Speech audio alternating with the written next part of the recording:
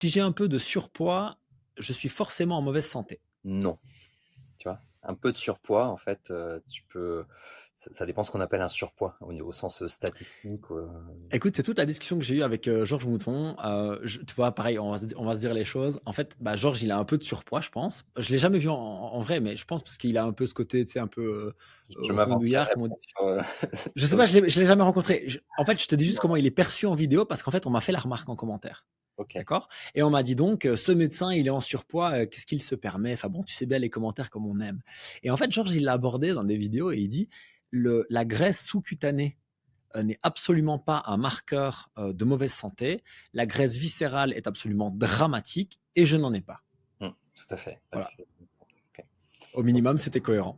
ouais, ouais, bah, non, mais là où c'est tout à fait juste, c'est qu'effectivement, la graisse viscérale, abdominale notamment, et qui est liée à l'insulinorésistance dont on a parlé, c'est un facteur de risque métabolique et cardiovasculaire qui est clairement établi à ce niveau-là. Donc effectivement, un léger surpoids est pas forcément synonyme de mauvaise santé. Ouais.